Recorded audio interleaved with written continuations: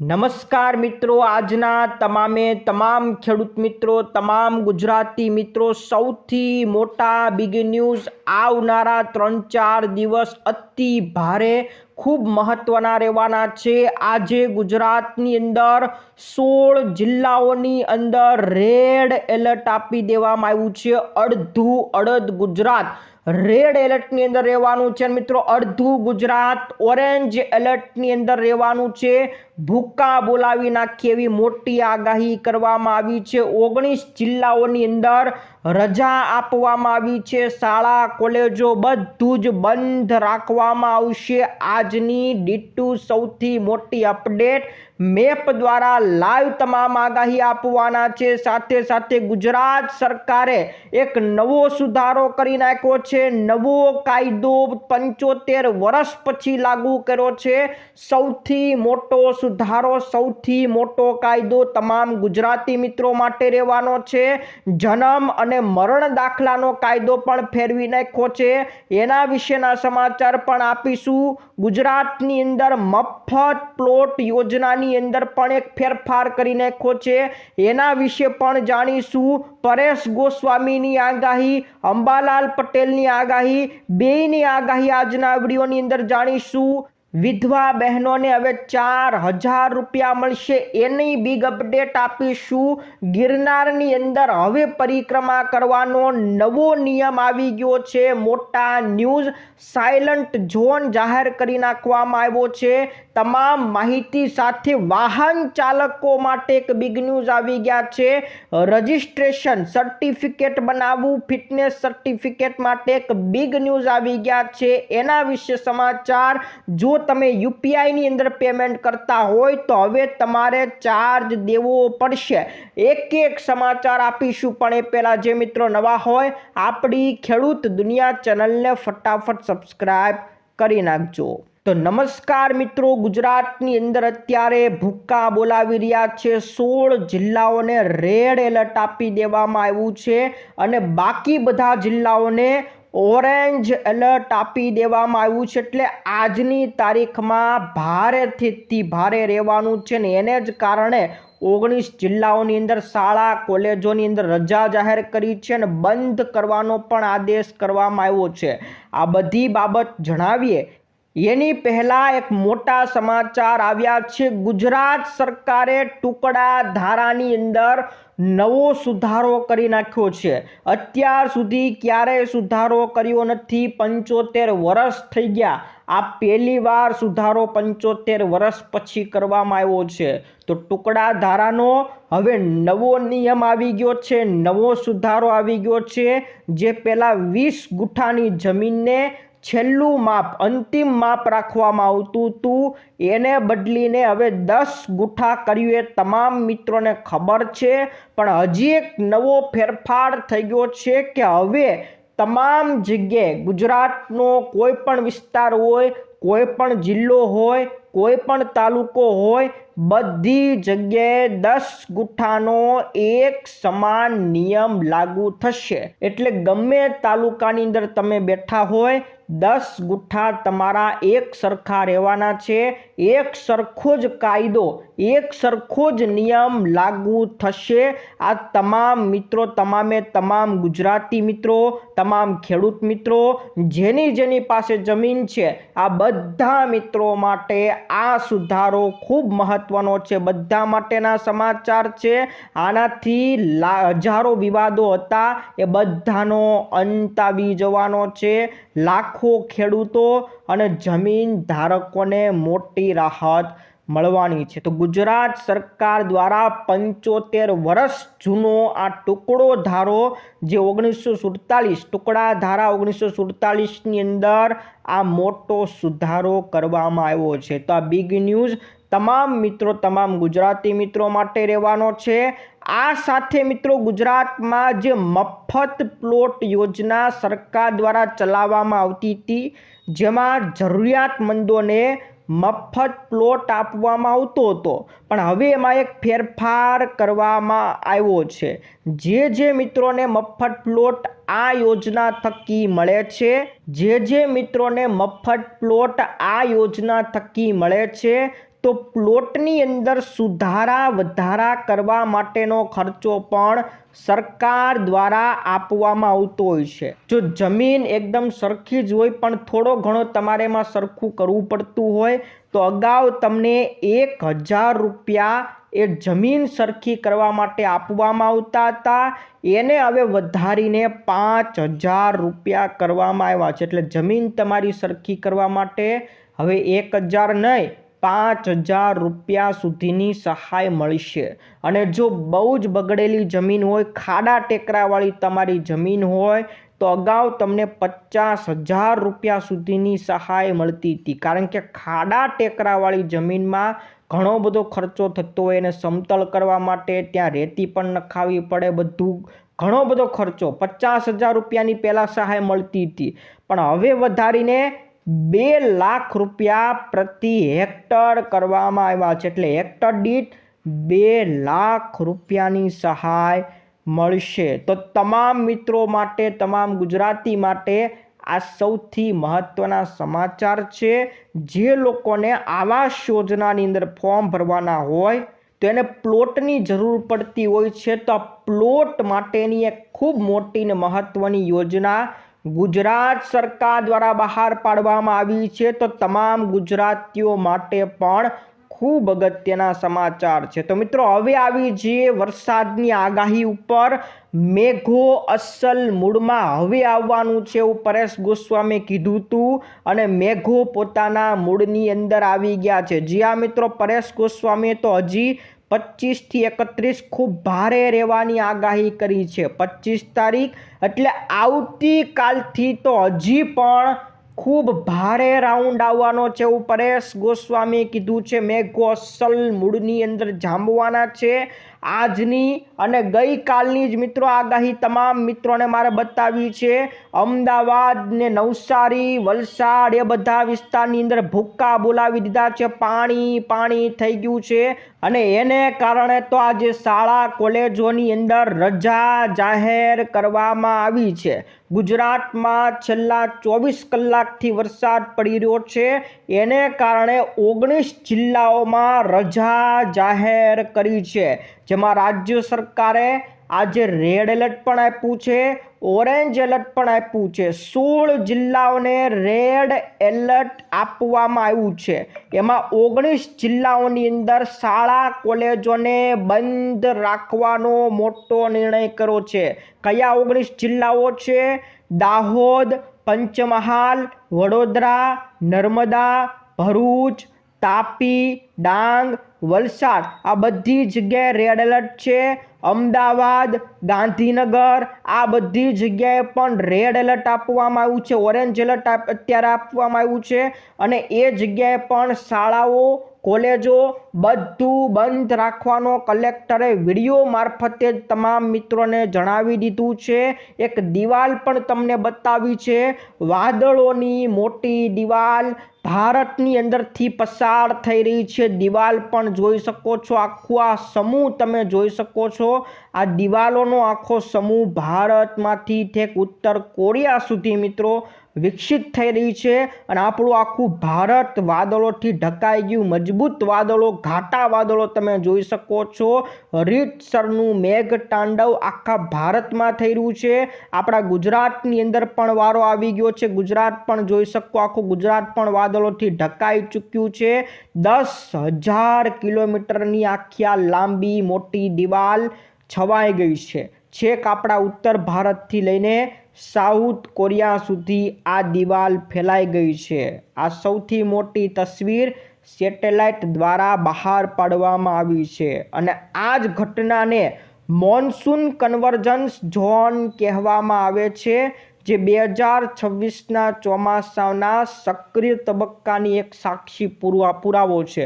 એટલે ચોમાસું સક્રિય છે એ આ ચોખ્ખો પુરાવો તમે જોઈ લ્યો.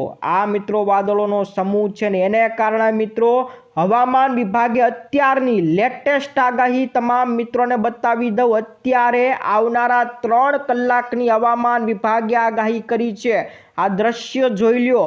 અડધું ગુજરાતને રેડ એલર્ટ આપી દેવામાં આવ્યું છે અને અડધા ગુજરાતને ઓરેન્જ એલર્ટ આપી દેવામાં આવ્યું છે। જોઈ શકો છો મિત્રો, ઉપરના બધા જિલ્લાઓ રેડ એલર્ટમાં આ 3 કલાકની અંદર મૂકી દેવામાં આવ્યા છે અને નીચેના બધા જિલ્લાઓ જેમાં સૌરાષ્ટ્ર અને દક્ષિણ ગુજરાતને આજે ઓરેન્જ એલર્ટની અંદર મૂકવામાં આવ્યું છે। એટલે જે વિસ્તારોમાં વરસાદની ઘટ હતી અત્યાર સુધી એ બધાને આજે રેડ એલર્ટમાં મૂકવામાં આવ્યું છે, જેમાં ઉત્તર ગુજરાત આવી જાય, મધ્ય ગુજરાતનું અમદાવાદ, ગાંધીનગર બધું આવી ગયું। આ બાજુ દાહોદ બાજુ, પંચમહાલ, છોટાઉદેપુર બાજુનો વિસ્તાર, આ બાજુ બનાસકાંઠા, સાબરકાંઠા, અરવલ્લી બાજુનો વિસ્તાર, આ બાજુ ગાંધીનગર, અમદાવાદ બાજુનો વિસ્તાર, વડોદરા બાજુનો વિસ્તાર, આ બાજુ કચ્છનો વિસ્તાર અને આપણું સૌરાષ્ટ્રનું આ સુરેન્દ્રનગર, જામનગર બાજુનો વિસ્તાર, આ બધાને આજે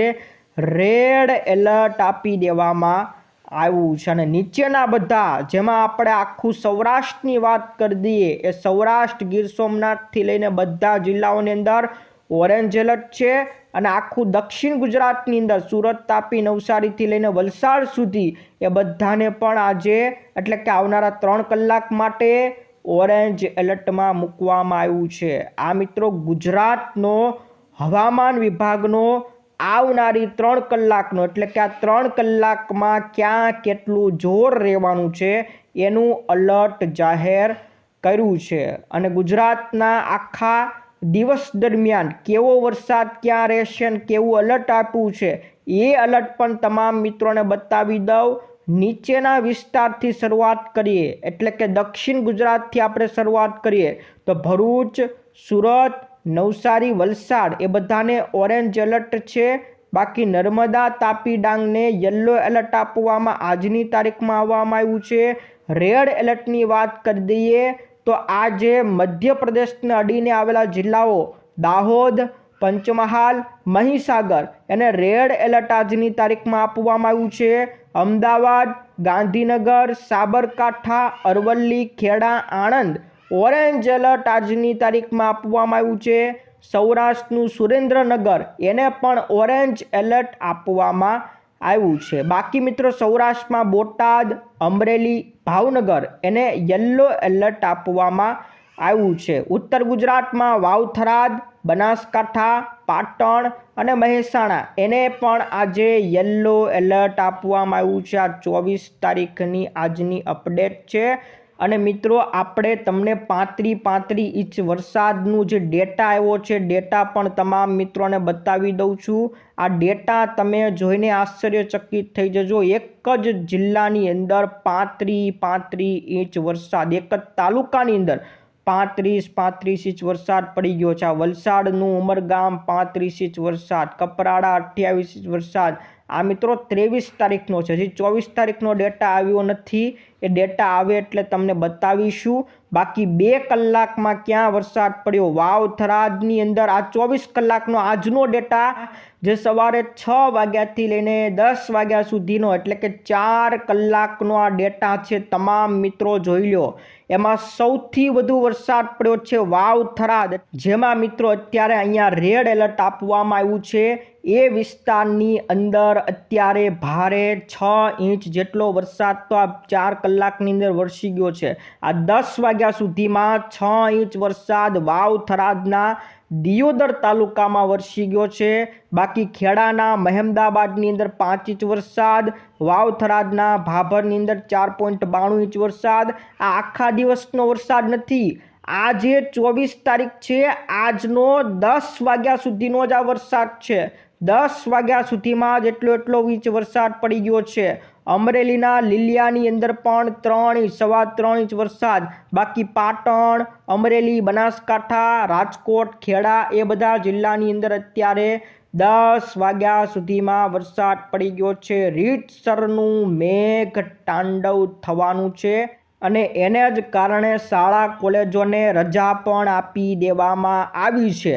આ બાજુ અંબાલાલ પટેલ પણ હજી કહી રહ્યા છે, હજી ભારેથી ભારે 24 થી 27 તારીખનો રાઉન્ડ ખૂબ ભારે રહેવાનો છે। દક્ષિણ ગુજરાતની અંદર તો આકાશી આફત ઉતરી આવે એવું ભારે રહેવાનું છે, એવું અંબાલાલ પટેલ દ્વારા દર્શાવવામાં આવ્યું છે। પૂર આવી જશે એવી સ્થિતિ પણ બનવાની છે. આંબાલાલ કાકાએ પણ ભારેથી ભયંકર આગાહી કરી નાખી છે. આ મિત્રો આજની અપડેટ હતી. એટલે હવે સાચો ખરેખરનો આ 24 તારીખથી ખેલ શરૂ થવાનો છે અને હજી તો દિવસો વધશે એમ ભારે રહેવાના છે. એટલે 31 તારીખ તો તમારે ભારે અતિ ભારે રહેવાનું છે.